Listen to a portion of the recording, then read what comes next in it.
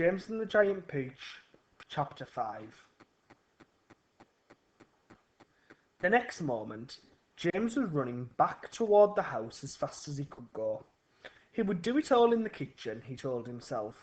If only he could get in there without Aunt Sponge and Spiker seeing him. He was terribly excited. He flew through the long grass and the stinging nettles, not caring whether he got stung or not, or not on his bare knees. And in the distance, he could see Aunt Sponge and Aunt Spiker sitting in their chairs with their backs towards him. He swerved away from them so as to go around the other side of the house.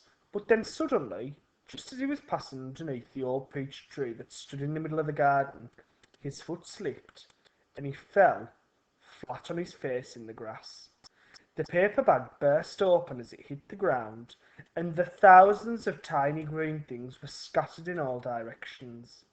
James immediately picked himself up onto his hands and knees and started searching around for his precious treasures. But what was this? They were all sinking into the soil. He could actually see them wriggling and twisting as they burrowed their way downward into the hard earth. And at once he reached out a hand to pick some of them up before it was too late. But they disappeared right under his fingers. He went after some others, and the same thing happened. He began scrabbling around frantically in an effort to catch hold of those that were left. But they were too quick for him. Each time the tips of his fingers were just about to touch them, they vanished into the earth. And soon, in the space of only a few seconds, every single one of them had gone. James felt like crying. He would never get them back now. They were lost, lost, lost forever. But where had they gone to? And why in the world had they been so eager to push down into the earth like that? What were they after? There was nothing down there. Nothing except the roots of the old peach tree, and a whole lot of earthworms and centipedes and insects living in the soil. But what was it that old man had said?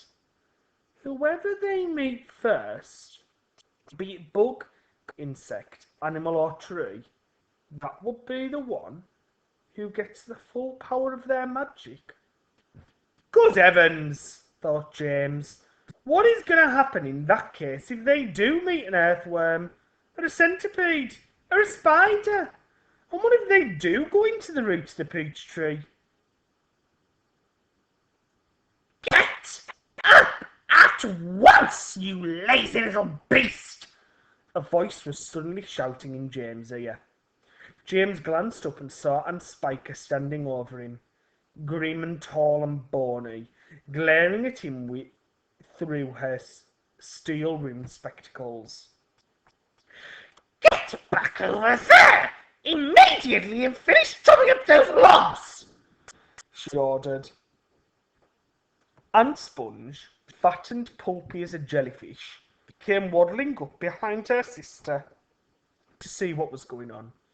Why don't we just lower the boy down the well in a bucket and leave him there for the night? She suggested. That ought to teach him not to laze around like this all day long. That's a very good wheeze, my dear Sponge, but let's make him finish chopping up the wood first. Be up with you at once, you hideous brat, and do some work. Slowly, sadly, poor James got up off the ground and went back to the woodpile.